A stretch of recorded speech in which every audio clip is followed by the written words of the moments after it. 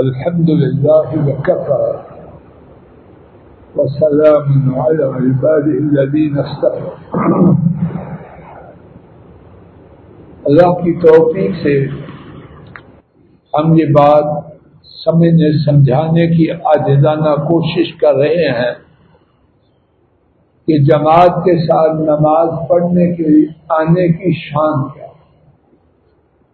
آئیے اسی سلسلہ میں آج عجیب قسم کی حدیث شریف سنتے ہیں. امام ترمذی نے سیدنا ابن عباس رضی اللہ عنہما سے روایت کیا. نبی کریم صلی اللہ علیہ وسلم نے فرمایا، میں نے اپنے رب کو بہترین صورت میں دیکھا.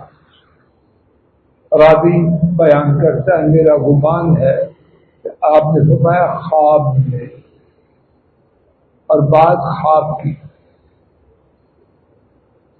اللہ تعالیٰ نے فرمایا اے محمد صلی اللہ علیہ وسلم، کیا آپ کو معلوم ہے کہ مقرب فرشتے، برگزیدہ فرشتے آپس میں کیوں جھگڑتے ہیں؟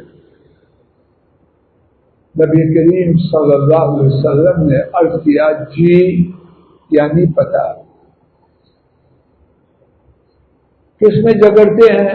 خود ہی بیان فرمایا کفارات. کفارات کفارات کا لفظی معنی ہے گناہوں کو مٹانے والے. اور پھر آپ نے خود ہی 3 کفارات بیان فرمائے. اور آج کا ہمارا سبب ہے وہ 3 کون کون سے ہیں؟ میرے ساتھ شمار کر کے سماعت فرمائیے اور میں آپ یاد کر رہے، اور 1 2 3 تشریح میں ترجمہ ہے، باقی بات ترجمہ. نمبر 1، پیدل چل کے مسجد میں جانا تاکہ جماعت کے ساتھ نماز پڑھی. نمبر 2، جب دل نہ مانے اس وقت پورا وضو کرنا. نمبر 3، ایک نماز کے بعد دوسری نماز کا انتظار کرنا. اس کی اللہ بہتر جانے 2 صورتیں. ایک صورت یہ ہے ظہر پڑھی، کوئی گھریلو معاشی ذمہ داری نہیں، عصر کی نماز کے انتظار میں مسجد میں رکا رہے، غیبت کے لیے، لڑائی کے لیے، فساد کے لیے، شیطنت کے لیے نہیں، اللہ کے ذکر کے لیے، دعاؤں کے لیے، قرآن کریم کی تلاوت کے لیے، دین کی بات کہنے سننے. اور نماز کے انتظار کی دوسری صورت یہ ہے ظہر پڑھی چلا گیا اپنے کھیت میں، اپنے شو روم میں، اپنے ہوٹل میں، لیکن بار بار گھڑی کو دیکھتا او کیا وقت ہو گیا، کہیں عصر کا وقت ہو گیا تو میں پیچھے رہ گیا. اگرچہ اپنے کاروبار میں ہے، اپنے جاب میں ہے، اپنے سودوں میں ہے، لیکن دل اٹکا ہے،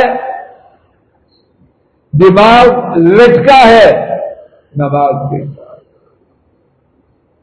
تو فرمایا یہ 3 باتیں ایسی ہیں جن کا نام کیا ہے؟ کفارات ہے. اور ان کے تحریر کرنے میں کون جھگڑتے ہیں؟ مقرب فرشتے. کیوں؟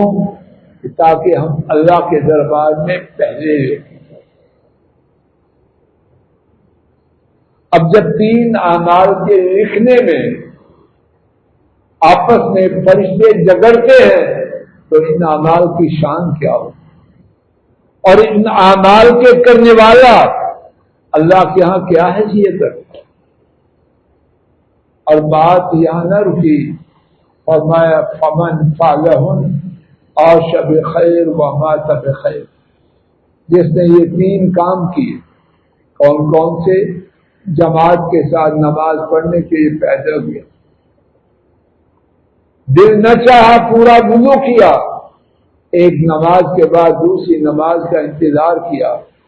فرمایا جس نے یہ 3 کام کیے جب تک زندہ رہے گا عافیت سے زندہ رہے گا.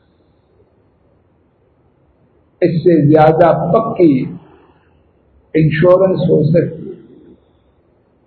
اور جب مرے گا تب بھی عافیت سے مرے گا. اور کیا ہوگا؟ اور میں اپنے گناہوں سے اس طرح پاک ہو جائے گا جس طرح کے اپنے اماں کے ہاں پیدا ہونے کے دن تھا. بات ختم. اب دوہرا لیجیے، وائنڈ اپ کر لیجیے تاکہ یاد ہو جائے. 3 کا نمبر 1 پیدل چل کے جماعت کے ساتھ نماز پڑھنے کے لیے جانا.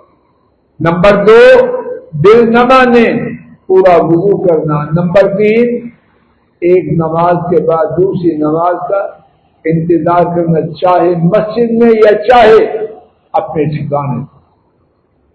اس کی شان کیا ہے؟ نمبر 1 انگلیاں نکالیے، گن لیجیے، یہ کفارات ہے، یعنی گناہوں کو مٹانے والا.